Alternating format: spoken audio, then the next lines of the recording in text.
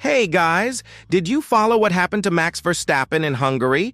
The four-time world champion literally plummeted to ninth place in one of Red Bull's most disappointing performances in 2025. But hold on, because the story behind this catastrophe is much more complicated than it seems. And the controversial statements that followed promised to further heat up the title race. Let's get straight to the point. Hungary was a living hell for Red Bull. Verstappen started in 8th position and finished 9th, while Yuki Tsunoda had an even more disappointing performance, leaving the pits to finish in 17th place. Helmut Marko, the team's advisor, was blunt. It was the worst weekend of the season. Just think about it. A team that has reigned supreme in Formula One recently, accumulating 6 Constructors' Championships, simply failed to get the compounds to work properly at any point during the entire weekend. But this is precisely where the situation becomes fascinating, as Max decided not to keep his irritation to himself. On Saturday, after qualifying only 8th, the Dutch driver fired off a bombshell statement that surprised everyone. He said that, considering the current state of affairs, Red Bull will not win another race in 2025. That's right, you heard it correctly. The four-time world champion basically declared defeat with more than half of the championship still to go. Was the situation really that desperate? Throughout the Budapest weekend, Red Bull failed to finish a single practice session in the top 8. Verstappen even stated that absolutely nothing was working on the RB21, a devastating confession for a team accustomed to fighting for pole position every weekend. Meanwhile, McLaren continued its overwhelming season, scoring its 7th 1-2 finish of the year with Lando Norris and Oscar Piastri dominating the race from start to finish. Now you are surely wondering, has Red Bull really lost its way completely? Verstappen's statement seemed like an early capitulation, especially coming from someone who has built his entire career on perseverance and unshakable self-confidence. However, the team's response was surprisingly positive, and this raises some very intriguing questions. Laurent Mekies, Red Bull's new boss, who was only experiencing his second weekend in charge, directly contested his lead driver's defeatist statements. For him, Hungary was just an isolated episode, an exception that does not reflect the true potential of the car. And there is a fundamental aspect here. A week before the Hungarian failure, Verstappen had triumphed in the Belgian sprint race, demonstrating that the team still had speed when all the elements came together.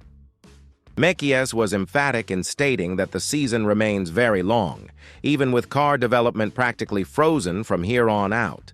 In his view, weekends like the one in Hungary, however painful, serve as valuable lessons that can help the team extract more performance from the car in the following stages. Helmut Marko agreed, stating that they have already identified precisely what went wrong and that he does not believe this scenario will be repeated. Herein lies the crux of the controversy. Is Verstappen being realistic or overly pessimistic? Because one thing is indisputable, McLaren is really flying this season. 7 double wins don't happen by coincidence, and Norris and Piastri are developing an impressive partnership that is distancing all other teams. But at the same time, completely dismissing Red Bull's chances could be a risky strategic mistake. The technical explanation for the Hungarian disaster is relatively straightforward. The compounds simply did not reach their optimal operating window. Marko revealed that Verstappen was only able to keep pace with the leaders for 2 or 3 laps during the entire race, a clear sign that there was something fundamentally wrong with the car's behavior. The pit stop strategy also did not help, with the team opting for an early undercut that trapped the Dutchman in traffic, eliminating any chance of recovery. But what if Red Bull really manages to solve these specific compound and setup issues? Mekies was keen to point out that the Hungarian difficulties were concentrated mainly on slow and medium corners, indicating that faster circuits could still benefit the RB21. And considering that we have several high-speed tracks on the remaining calendar, perhaps Red Bull's chances are not as remote as Verstappen suggested. What is most striking about this whole narrative is the psychological pressure that is building.